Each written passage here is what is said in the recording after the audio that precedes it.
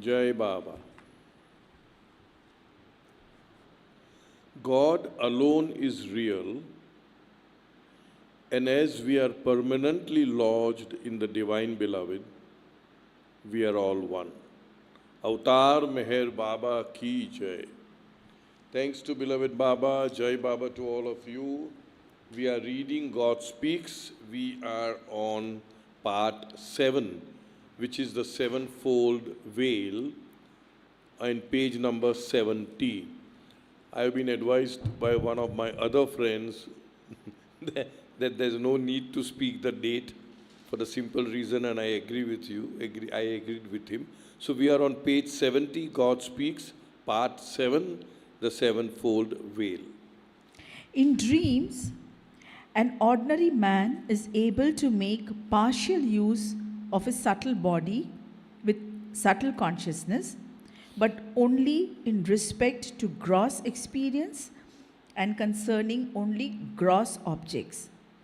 Just as he experiences the gross world with full gross consciousness through his gross body, so the initiate on the first plane begins to experience the subtle world with subtle consciousness through his subtle body.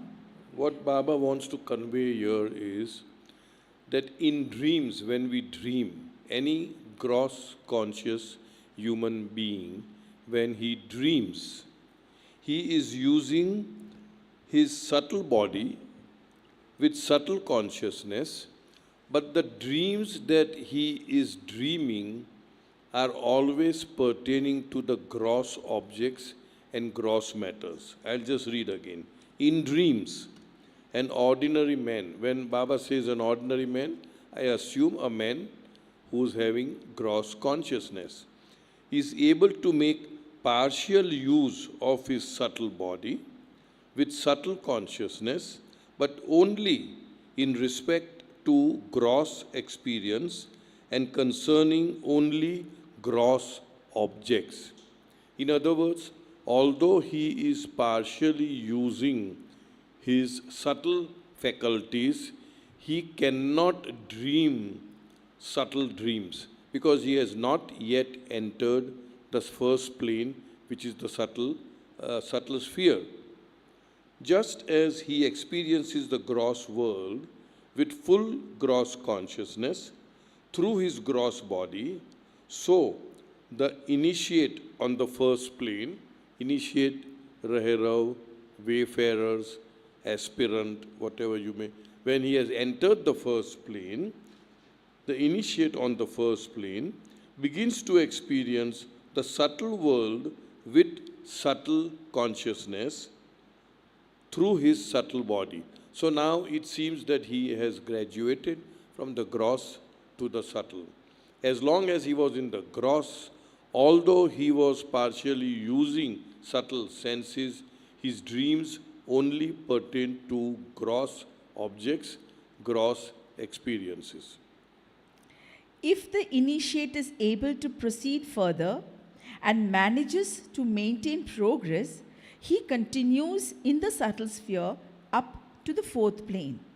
This progress involves the second and third successive single 7-in-1 achievements that parallel the sevenfold results achieved in the first.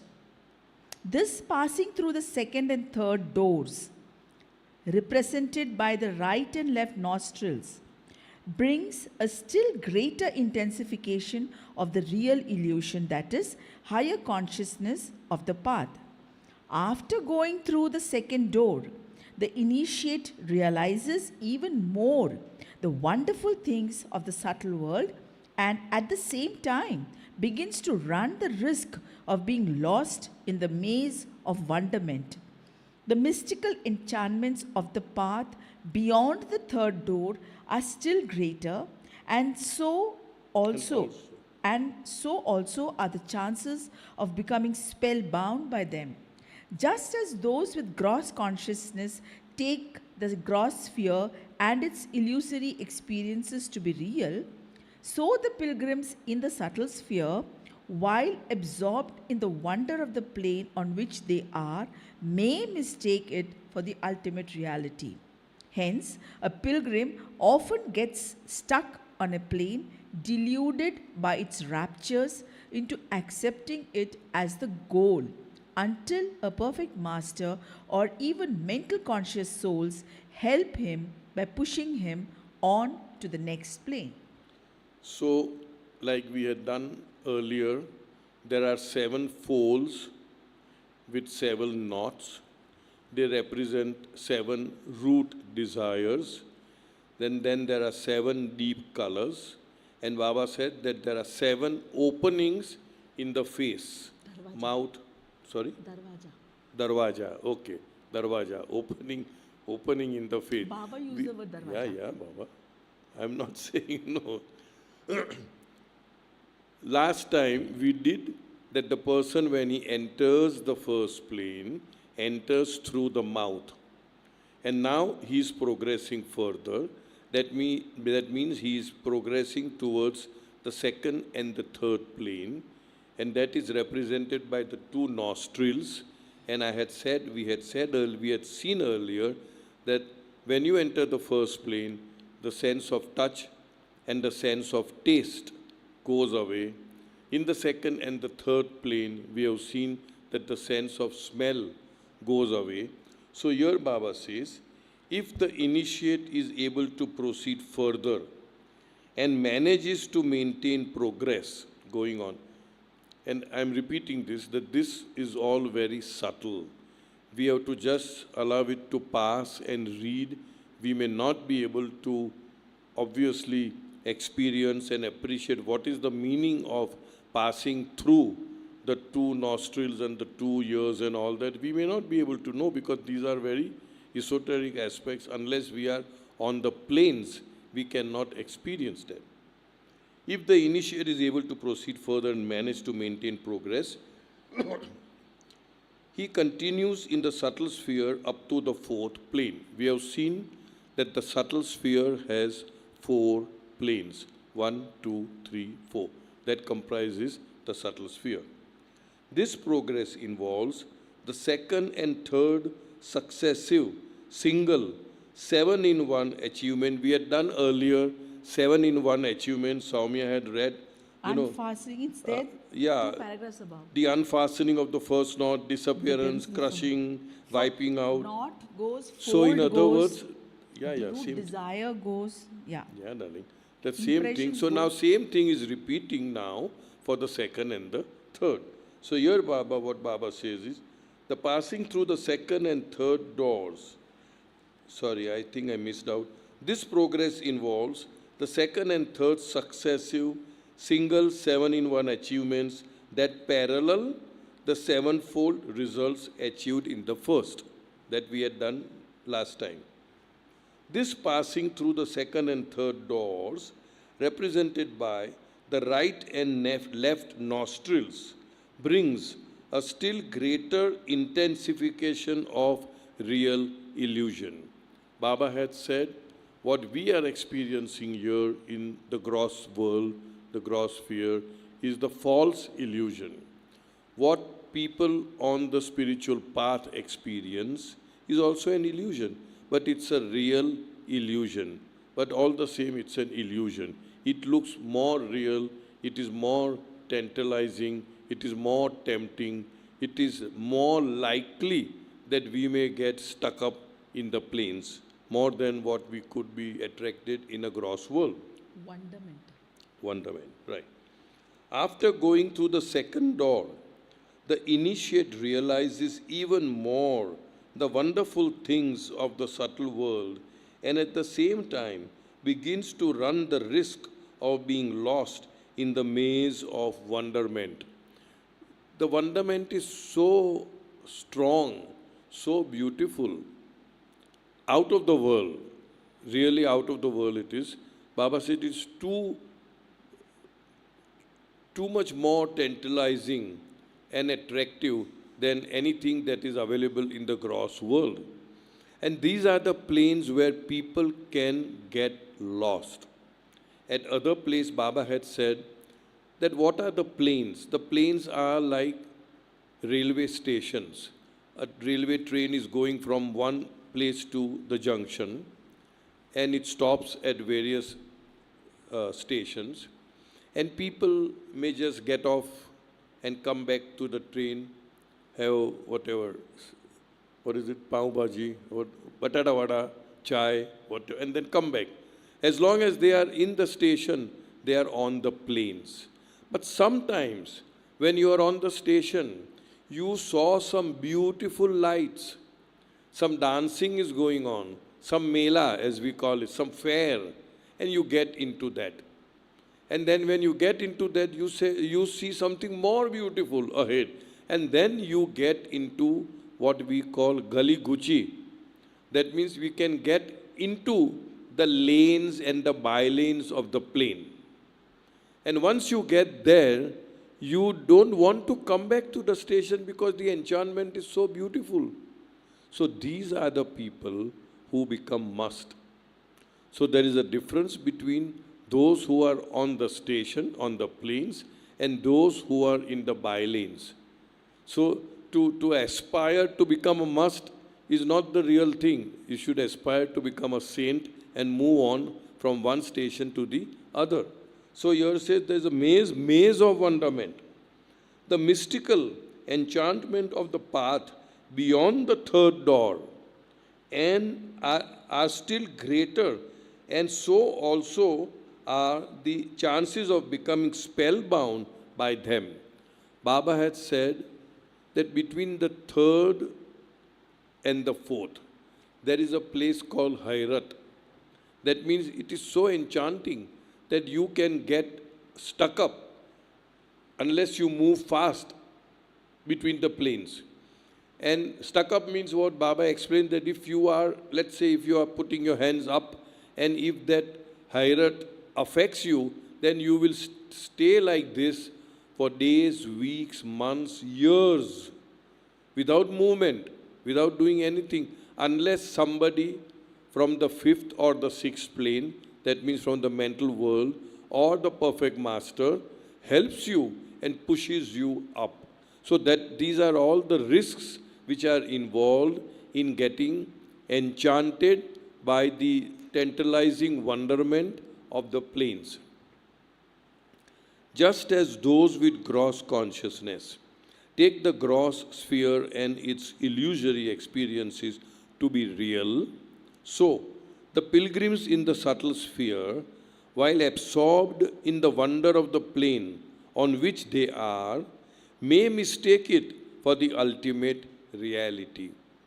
The enchantment is so great, the sukoon is so beautiful, the happiness and the joy is so profound that the pilgrim may mistake, I have reached my destination. I have reached home. I have achieved whatever needs to be achieved and feel that that is the be-all and end-all of my journey. They may think it is an ultimate reality. Hence, a pilgrim often gets stuck on the plane, deluded by its raptures into accepting it as the goal. Okay, I have reached my goal.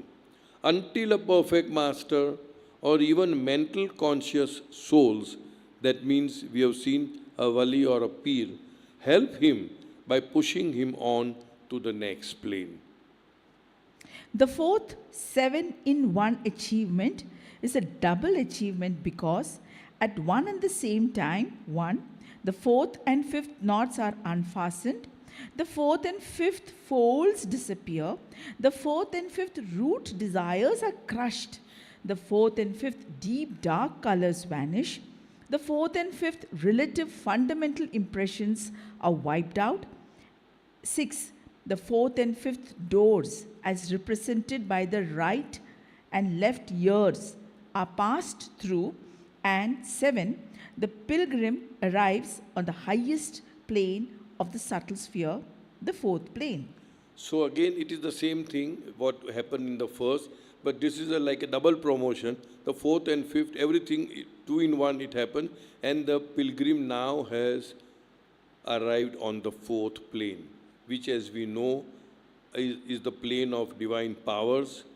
He has got no control over his mind because he's still not come to the mental plane, mental sphere.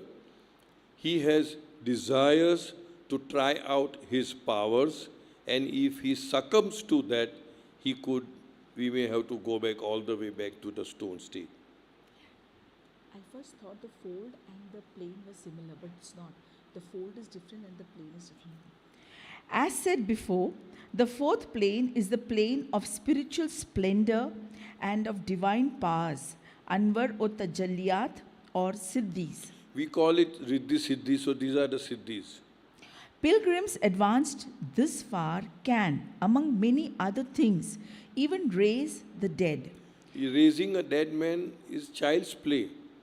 They can create new life, create new universes. So what is the fun of bringing back somebody who has died? They run a very grave risk of misusing these powers, thereby inviting disaster, and only a very few can independently cross these dizzy heights safely without the aid of a perfect master. It is of them that Hafiz says, Dar ostinan e janan asman bi yandish, kaz auz e sar bulandi ufti bi khak e pasti. On the threshold of the beloved, beware of the allurements of the heavens, lest you bring about your fall from the heights of progress and greatness to the depths of degradation and ruin. So this is the plane where we have to be, whosoever goes on that plane, they will be very, very careful. For those who have read God Speaks, they will be more careful because they know that now, okay, I'm getting this experience, so I should not take it as I have reached a goal. What was that other saying of Kabir Das? The Chakna Chur? In the mic. Anyway. No, that's not there inside. Chade to chake prem ras, gire chakna chur. So anyway, chare to chake prem ras, gire to chakna chur. Means in other words, you have to be very cautious when you are traveling or traversing this particular plane. Now here, just 1 minute. Chade? Talking about allurement of the heavens. Yesterday we were doing heaven and hell, and somebody pointed out to me, of course, it is that heaven and hell are also temporary places. Obviously, I thought everybody knew, but he said it was like a revelation to the gentleman that heaven and hell are, of course, heaven and hell are temporary places. You are never ever condemned to hell, as it is said in so many other, thought processes. They are temporary places. They are there for the intense mental experiences of joy, if you are in heaven, or of suffering, if you are in hell. And as the sanskars are about to be balanced, you take another birth. A very beautiful example that Baba had given, assuming that somebody has done very great good deeds. So this is the pen, that balance pen, we call it taraju. So it's like an ice block of ice which is kept over here. And as the ice is melting, it becoming water and dripping down, the ice block is becoming lighter and lighter and lighter, isn't it? That means the person is enjoying the happiness, the joys of heaven. And as he is enjoying his own karma or samskaras, he is gradually becoming lighter and lighter. Samskars are becoming lighter, and it is coming almost to a balance. This is still up, this is still down. At this time, he has to again go into the waiting room. Yesterday we did the waiting room before the semi-subtle world or the astral world, and before he gets reincarnated into a human form. And when this happens, he has to shed his astral body in the astral world. He has to take on a new gross physical body along with a new astral sheet or astral body. So this is what it happens. Sometimes what may happen is that we are so lean, so much deeply into enjoyment that there is a possibility that it may overturn. Now what has happened? The prepondering samskaras, which were originally the so-called good samskaras or virtues, now become lighter, and the vice has now become more heavy. So now the position is like this. So based on these samskaras, automatically, according to the samskaric calculation, that soul will take birth in a certain family, in a certain place, where she will get optimum opportunity of utilizing these negative sanskaras.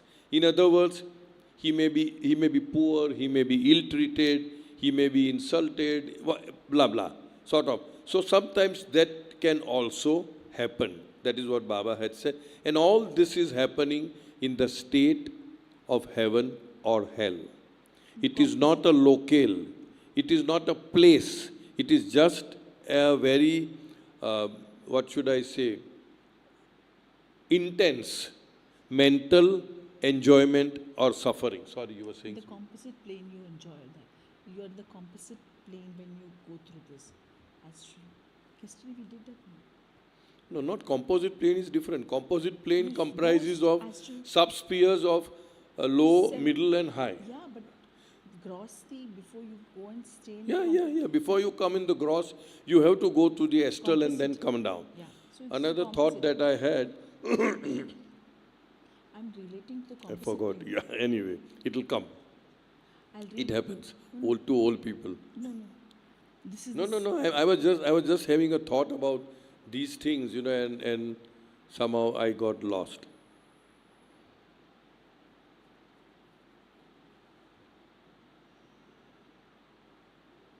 Okay, it'll come. So in other words, sorry, a second. In other words, it is important to, we keep repeating and I like repeating, whether people like it or not, it doesn't matter, is that we get born in a particular nakshatra or a zodiac sign, not so that we may suffer or be happy, but according to the samskaric calculation, we are getting the optimum facility, optimum opportunity if we are born according to that zodiac. What I'm trying to convey is that we are not suffering or becoming happy because we are born in a particular zodiac, but we chose to be born in that particular zodiac. And when I say we chose, it's an automatic choosing.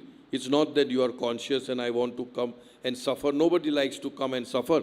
It's an automatic choosing by the samskaric patterns so that we get optimum opportunity to do away with our past samskaras. I hope I'm clear on that. All right, go ahead. You asked about that couplet from Kabir. This says, Sahib का घर दूर है जैसी लंबी खजूर, चढ़े तुझ सो चाखे प्रेम रस, गिरे चकनाचूर. Okay, thank you. Go ahead. Sorry. So this means zodiac signs are valid according to God Valid. speaks. Sorry. Zodiac signs are valid. Yeah. Can you? Zodiac signs are valid. Yeah, Baba has said that there is science in zodiac sign. There is science in numerology. There is science in astrology, every palmistry or whatever. There is a science, there's no doubt about it. But Baba has also said, and very firmly, that once you have come to me, once you have surrendered to me, surrender means what? Sir, under. The sir is under his feet. That is the meaning of surrender. And then let him do whatever he wants to do. Kick us around like football or volleyball or whatever it is. So, Baba said, when we surrender, then we don't have to get into all these things. Baba will manage the show. But provided we are honestly and sincerely surrendered to him.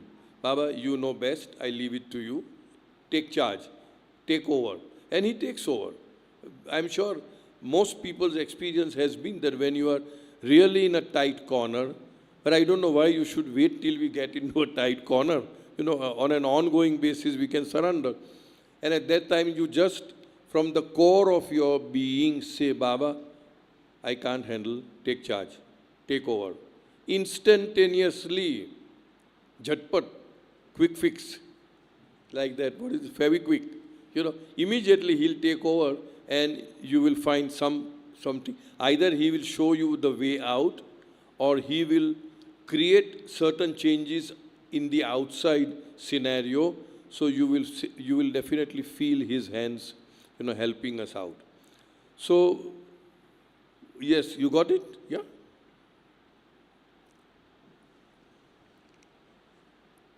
And sorry. And always remember, I'm digressing. I love it.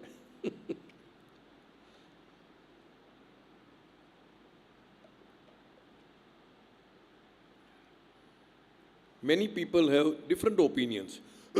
Some people say, since you asked about this nakshatra, zodiac sign, should we be asking something of Baba or not? Should we ask or should we not ask? So there is one set of people who will say, if we don't ask Baba, whom do we ask? After all, Baba is our everything. Baba is everybody for us. So the only person whom we can ask is only Baba. One set. The second set of people is, they will say, why should we ask?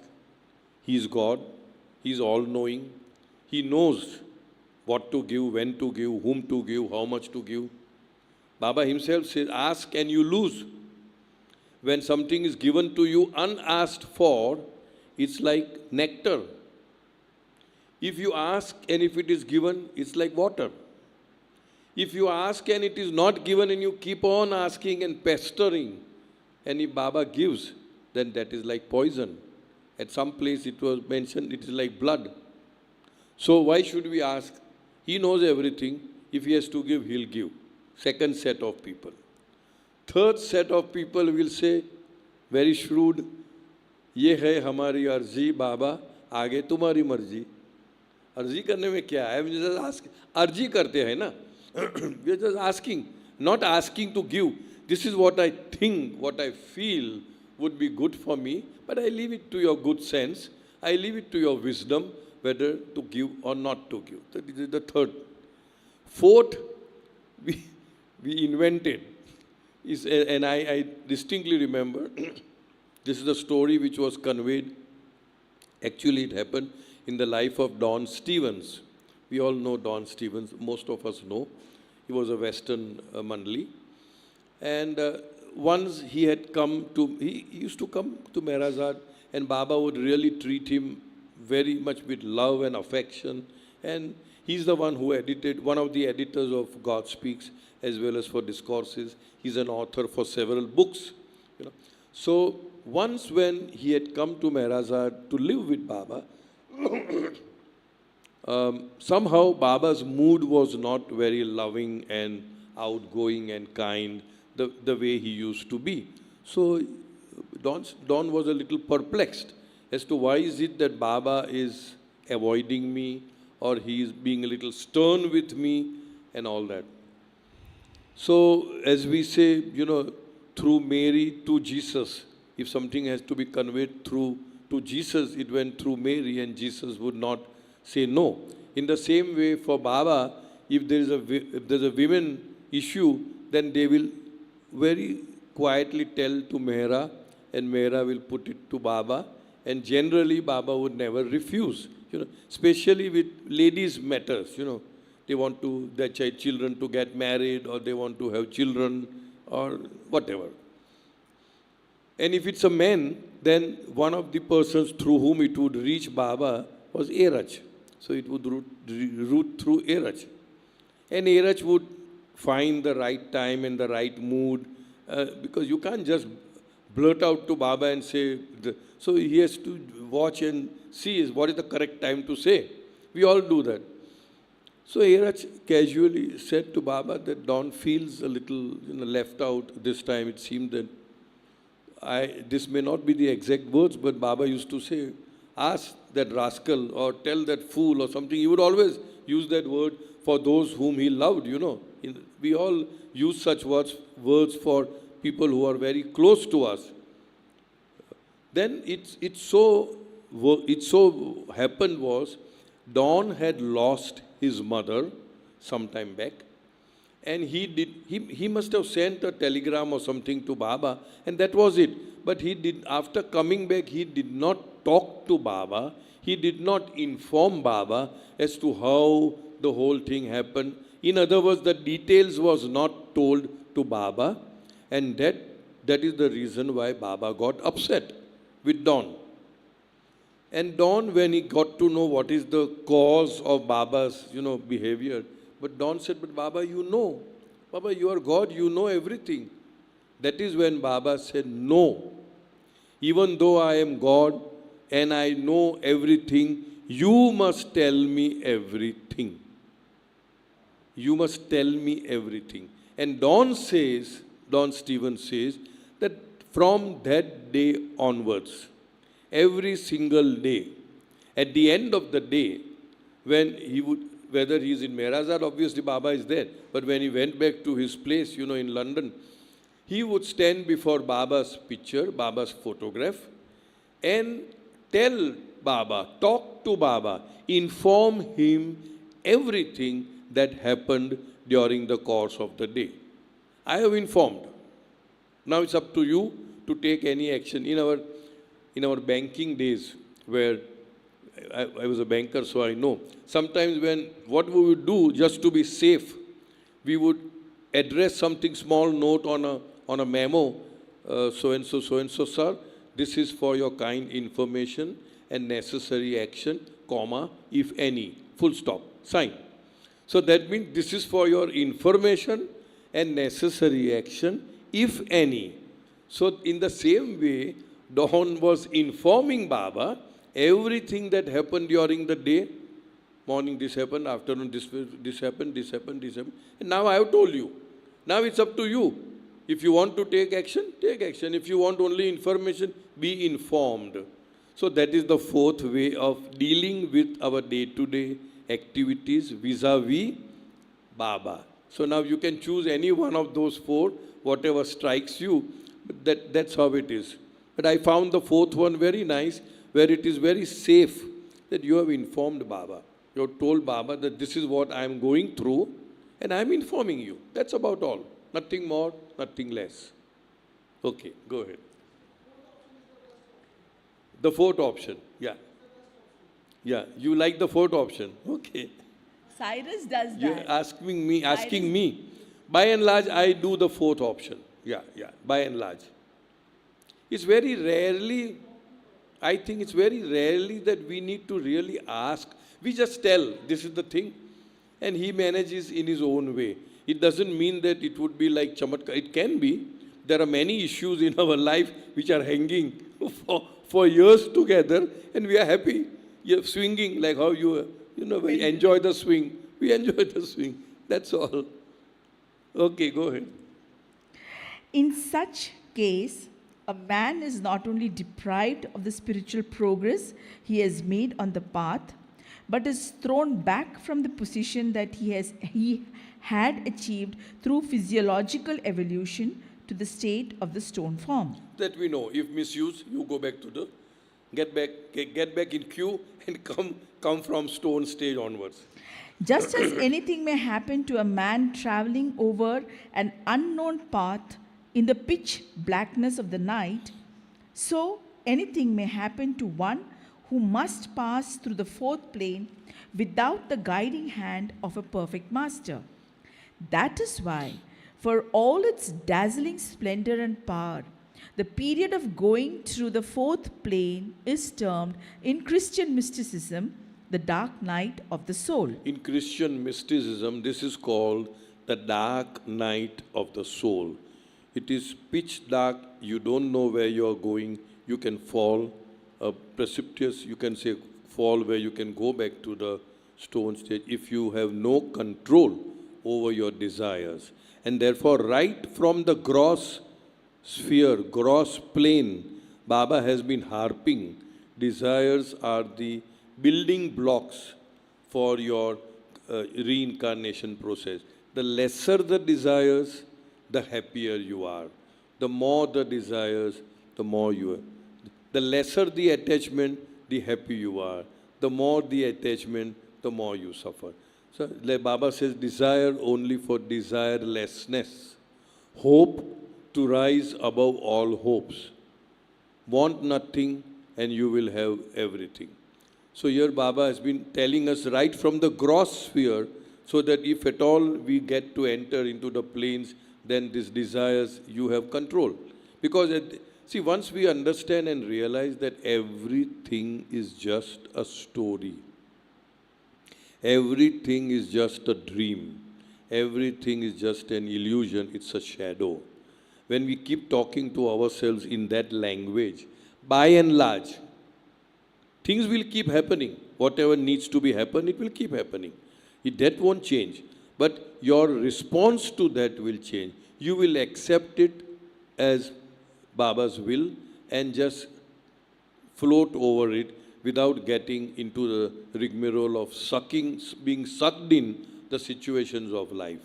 Once we realize that God alone is real and all else is just a vacant dream, it's just an illusion, it's not a reality. It's happening, there's no doubt. But happening in what realm? In the realm of illusion, the realm of shadow. So why should I be so overreactive to such things? Why should I feel so attached and so drenched, sucked into all these things? Okay, it's happening, it's happening. So we are so, in a sense, fortunate that Baba keeps harping on this, that except God, everything is an illusion. There's an asterisk. For those on the path, the powers of the fourth plane are like the devil, who is popularly believed to lead people.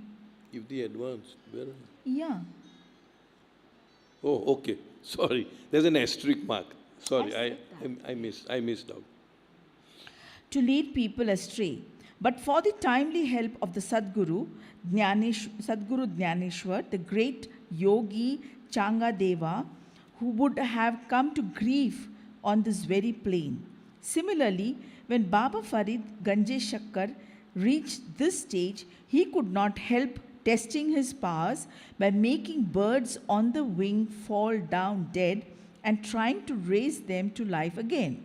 He too was saved in time by an aged woman who was a saint of the fifth plane.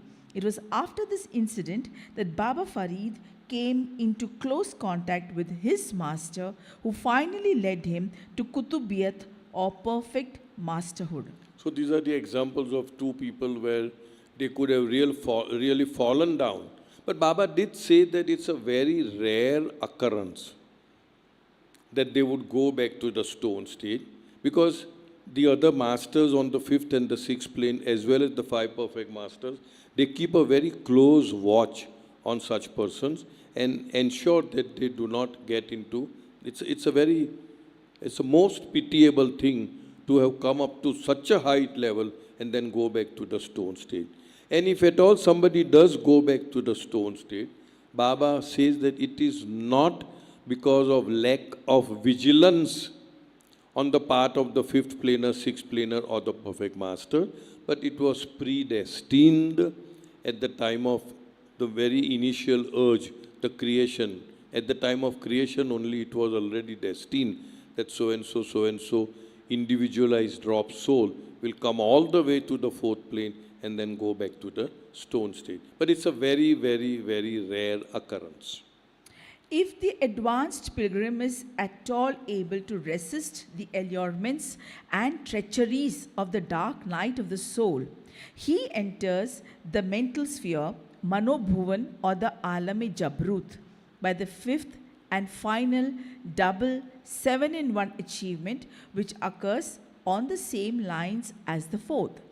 All the folds of the veil are removed together with the relative knots, desires, colors, and impressions. The sixth and seventh doors, as represented by the right and left eyes, are crossed, and the fifth plane of light and love is reached. So now, as you progress further, from the fourth to the fifth. That means all the knots are untied, all the folds are removed, all the desires are crushed and smashed, all the relative impressions are totally zeroed down.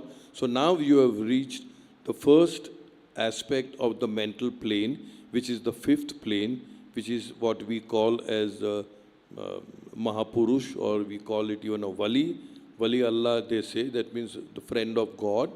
Now you are absolutely safe. Now you cannot go back to, and this is the safest part. Fifth plane, it's the safest thing. And that is why when Baba talks about, so only up to the fifth. Now then what is required is the final lifting of the veil. So we'll come to that. Those who have safely arrived on the fifth plane are the Wali Allah, literally meaning friends of God. Their inner sight, or the third eye, is now fully developed. But even though all the seven folds of the veil have disappeared, the veil itself is still there. The pilgrim is therefore not yet face to face with God and cannot see the beloved. That means the veil is still there. That's why it's only up to the fifth plane. The veil, when it is lifted, when it is removed, you are able to see God face to face. Yesterday we did that. The feeling of seeing God in everyone and everything, that is on the sixth plane. Because of their pure love for God, unadulterated by the false ego, the position of these pilgrims on the fifth plane is secure, and there is no possibility of retrogression. Without any harm to themselves, they can and do give, consciously or unconsciously, immense help to others in the subtle and gross spheres. That is why Baba says that if at all somebody can really spiritually help others, they are either on the fifth plane or sixth plane or the perfect masters, or even perfect ones can help to some extent, and the avatar, who's the eternal living perfect master. Those who are on the first, second, third plane generally cannot help in a spiritual sense. Only once you have crossed over the fourth and you are on the fifth plane, then you can start helping people spiritually. With rare exceptions, further progress on one's own is now impossible. By the help of or grace of a perfect master, one is able to remove the veil entirely and thereby arrive on the sixth plane, the highest plane of the mental sphere, the plane of divine sight, the entrance to divinity as represented by the forehead, where one is able actually to see God face to face, everywhere and in everything. This is known as conviction by sight. Earlier we had said, even on the fifth plane, you have the intuitive knowledge that God exists. And somewhere it has been mentioned is something like a scorpion biting you. You know, because of the bite, because of the sting, that there is a scorpion in the room. So in the same way, there's an intuitive knowledge on the fifth plane that God exists.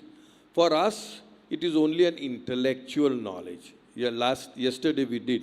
And intellectual knowledge is only based on faith and belief. And faith and belief are both terms which we use for people who are ignorant. We are all ignorant. There's no, how can you prove?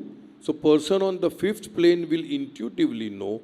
A person on the sixth plane will actually see God face to face. Actually, so that is the knowledge or conviction by sight, through sight. And the person who is on the seventh plane actually becomes one with God and knows that I was always God, am God, and will ever remain God. So that is the conviction or knowledge through actually experiencing Godhood. Those on the gross sphere who believe in the existence of God have their conviction, yaqeen, based on their pure and simple faith and belief. This conviction is ilm ul yaqeen, intellectual conviction, and is different from the distinctive convictions that follow. 1. Conviction by intuitive perception, yaqeen ul yaqeen. 2. Conviction by sight, Ain ul Yaqeen. 3. Conviction by actual experience, Haq ul Yaqeen. Okay, now we have to go to Page 234. supplement 16, page number 234. In order to know these three yaqeens, I suppose, yeah. Page number 234, supplement number, 16. yeah, 16. The types of conviction and of knowledge. According to the Sufis, the spiritual life consists of 4 stages, and man's life on earth in all its aspects is but a preparation, conscious or unconscious, for the ever unfolding realms of knowledge and illumination that lead to God realization. These 4 stages are Shariat, Dharma Shastra, Tariqat, Adhyatma Marga, Hakikat, God realization or Aikya, and Marifat e Hakikat, Gnosis or Satya Anubhuti. The Shariat is also called Karma Kand. Karma Kand. Imam Muhammad Ghazali has compared these 4 stages to a walnut which has 4 constituents: the outer skin or husk, the inner skin or lining, the kernel, and the oil within. To make the analogy more explicit, we may say that Shariat is the outer husk, Tariqat the inner lining, Tariqat is the inner spiritual path. Hakikat the kernel, and Marifat e Hakikat the oil. As the aspirant advances through these 4 stages, he acquires an ever increasing measure of certainty concerning truth. There is an ever increasing measure of certainty concerning the truth. At the Shariat level, it is less. Tariqat more, Hakikat still more, and the last one is Marifat Hakikat. He acquires an ever increasing measure of certainty concerning truth. These enduring certainties are known to the Sufis as Well, these are all Sufi terminologies, so we'll just read them out. 1. Ilmul Yaqeen. 2a. Yaqeen ul Yaqeen. 2b. Ain ul Yaqeen. 3. Haq ul Yaqeen. 4. Urf ul Yaqeen. 1. Ilm ul Yaqeen, or intellectual certainty, conviction, is derived through rock-like faith. Yaqeen ul Yaqeen, or perceptual certainty through awareness of God, is derived from inner feelings, visions, or spiritual experiences on the path. It is conviction of the soul on the first up through the 5th plane. 2b. Ain ul Yaqeen, or visual certainty, that is, conviction by sight, is the experience of actually seeing God everywhere and continually. This is antardrishti. 3. Haq ul Yaqeen, or certainty of realization, that is, conviction by actual experience, is attained by the soul on the 7th plane of the spiritual journey, which is Hakikat. Here, the soul realizes itself through itself. This state is Aikya, union with God. 4. Urf ul Yaqeen, or certainty of gnosis, concerns the perfection of divinity in man, by which man, living the life of God, knows all the mysteries of the self and of the universe. This faculty brought into play here is the universal mind, Sarva Bhaumik Manas, or Akla e Kul, which is the seat of all divine discrimination.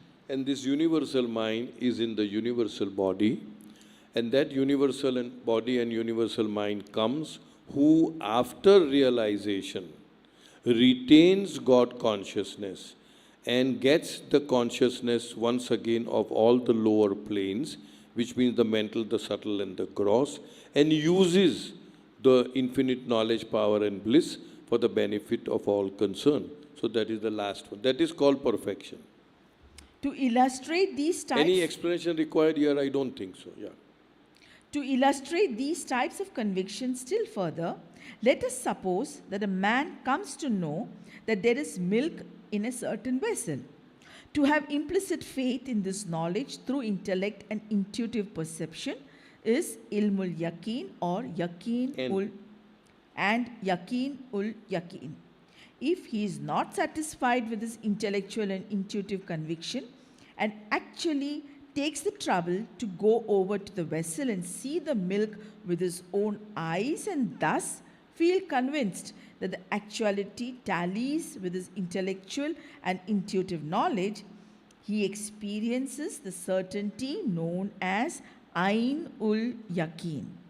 To drink the milk and to become to all intents and purposes one with it gives him the experience of Haq ul Yaqeen, and to find within himself the knowledge of all that expresses and represents milk, such as sugar, water, fat, vitamins, etc., and to be able to describe these and the various uses of milk to others in detail is the certainty of knowledge or gnosis, that is urf ul yaqeen, which is the state of marifat e hakikat. So analogically, Baba So is simple. explaining. Yeah. Five No types. explanation. Huh? No explanation required here. So simple is. 5 types of knowledge. Lalika milk. Chaitali ka milk. Okay, go ahead. According to the Sufis, there are 5 types of knowledge affecting human beings. The first is the knowledge of the world, which is confined to the attainment of material well-being. The second is the knowledge of Shariat, which is mostly used by those who have acquired it to overthrow their opponents with the wordy warfare, wordy warfare of logic and argument. This knowledge is that of the exoteric divines.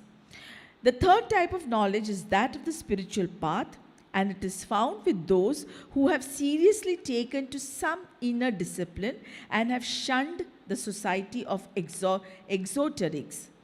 In this knowledge, the ego still persists, and the consciousness of good and evil still clings to the soul. The knowledge of philosophers and thinkers is on the borderline between the second and third types of knowledge. The fourth type of knowledge is that of God, the self, hakikat. One who arrives at this knowledge has no tinge of false ego left, and all vestige of duality disappears. That's realization. Yeah. The fifth type of knowledge is the real gnosis, the marifat of hakikat, which Meher Baba explains is a complete knowledge of God and a complete knowledge of the universe. This is the knowledge of perfection possessed by the Rasul, avatar, and the Kutub, Sadguru. Unless a soul goes through all the different stages of knowledge, the highest stage of tasawwuf, wisdom, which is suluk, return to normal consciousness, can never be attained. Arriving at this stage of gnosis entitles one to be called a perfect Sufi, perfect master. There are, however, instances where persons have reached the fourth stage of knowledge without going through the intermediary stages, but they are quite exceptional and occur only when such persons are led by a perfect master. Because generally, if we are in close contact of a perfect master or the avatar, Baba has said that I take my circle members blindfolded. So they do not go through the intermediary knowledge. It's only when the fag end of the journey, Baba just, removes the so-called the patti, the bandage on their eyes, so to speak. And they know that we have arrived. So it is very, normally you go stage by stage, but there are certain times who will get the knowledge, and those are the ones who have been very closely associated with the perfect master or the avatar. Meher Baba divides all spiritually advanced souls into 5 basic types: God merged, perfect one; God intoxicated, God absorbed, God communed, and God mad. The reader is referred to chapter 1, pages 21 to 37 of Dr. William Donkin's book, The Wayfarers, which delineates Baba's treatment of this subject. So these are the different types of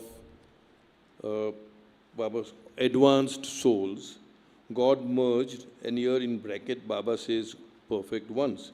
So I would assume that already that one is a realized soul. That means he achieved God realization, but not in the state of Kutubiyat or perfect master. And the rest are God intoxicated, God absorbed, God communed, and God mad, which we, in our terminology, Baba's terminology, we call either musts, but if they are already on the seventh plane, we call them mazub. The seventh plane must is called mazub-e kamil. Yeah. Now once again we go back to Page 73. page number 73. Again back to page number 73. Those on the path up through the fifth plane know there is God with a definite intuitive certainty. Yaqeen ul yaqeen. Their conviction is based on sure knowledge. Those on the sixth plane see God everywhere. Theirs is conviction by actual sight. Those on the seventh plane, having become one with God, have conviction by actual experience. So on the fifth, as I said, the scorpion biting, oh, I know intuitively there is. Second, that is the sixth plane by sight. And third, the seventh plane through actual experience. The highly advanced pilgrim on the sixth plane is still within the domain of duality. Although face to face with God, the seer and the seen remain separated by a deep, fathomless valley which can be spanned only by the touch of a perfect master. That has always been the case, that no man can ever achieve God realization, oneness with God, all by his own effort. There has to be an active help and participation of a living perfect master or the avatar, who's the eternal living perfect master. Whereas the first 5 achievements are possible for man to obtain independently, the actual removal of the veil on the fifth plane is usually accomplished by the grace of a perfect master's guidance. So when even on the fifth plane, the final removing of the veil, that is why when we talked about the sevenfold veil, Baba talks only up to the fifth plane. There the veil is removed by the guidance of a perfect master. But on the sixth plane, it is not just the guidance, but actual push or the help of a perfect master.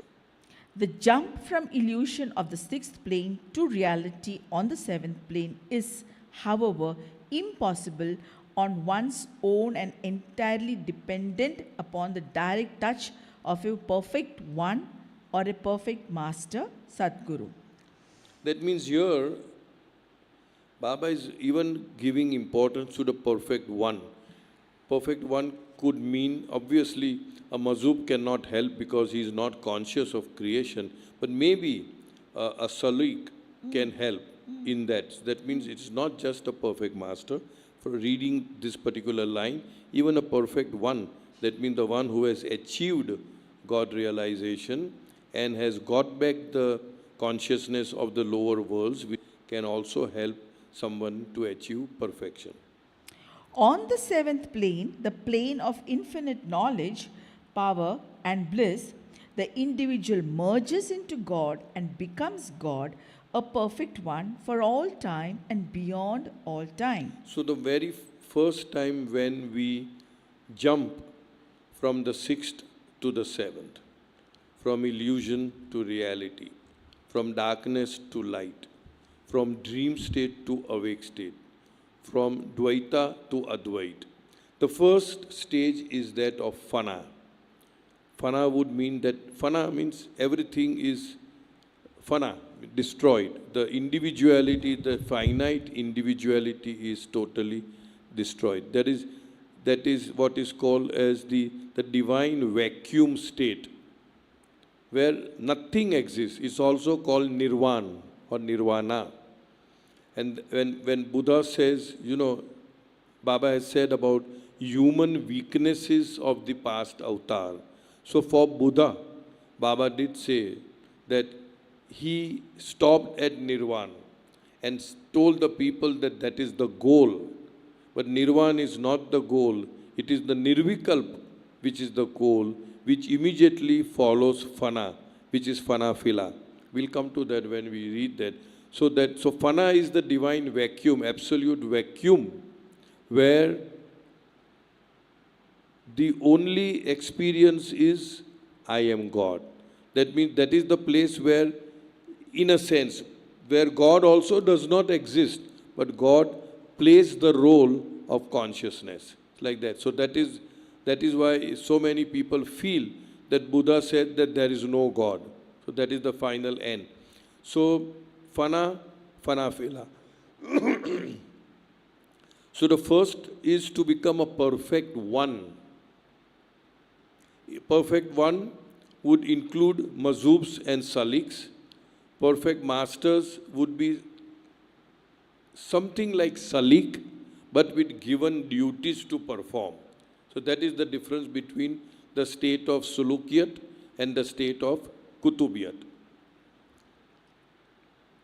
It is then immaterial whether the physical body remains or drops. In most cases, Baba says, the body is only a vehicle, an instrument, a madhyam to realize God. And once God realization is achieved, the purpose of this, what we call as the body or the carrier or the vehicle, is over. So immediately the body drops. There's no need for a body. I have achieved God. That's enough. But some will keep the body for a certain number of days or certain number of months or years, depending upon so many other factors. So it is then immaterial whether the physical body remains or drops. As a rule, the gross shell falls within a short time after realization, but in some cases, the physical body holds on for a long time. These God realized ones are known as Madzubs or Brahmi Bhuts. They are known as mazubs. At certain places, Baba categorically classifies between mazubs and mazubs-e-kamil. Mazub-e-kamil would mean a mazub of the seventh plane, or Brahmi Bhut. They are like Brahmi Bhut. At some place, Baba had said that they are, in a sense, the reverse of the normal ghosts. A normal ghost, Bhut we call it, Normal ghost is one who has no body but is attracted to the material world.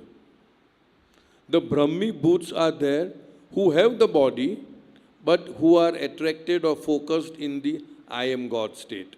So it's a reverse situation between a ghost, normal ghost, somebody who may have committed suicide and they are roaming around, no body, focused on material world, matter, body, but focused on God, that way. Again, only by the direct and personal help of a perfect master does one from among those God realized ones return to the level of ordinary man, regaining consciousness of all the spheres, gross, subtle, and mental, yet retaining at the same time full God consciousness. He is then the man God, the perfect master, Sadguru, or Kutub. So here we get to know, which is again a kind of a revelation. Every time you read Baba's literature, something strikes you. That even for a perfect one to get, rather even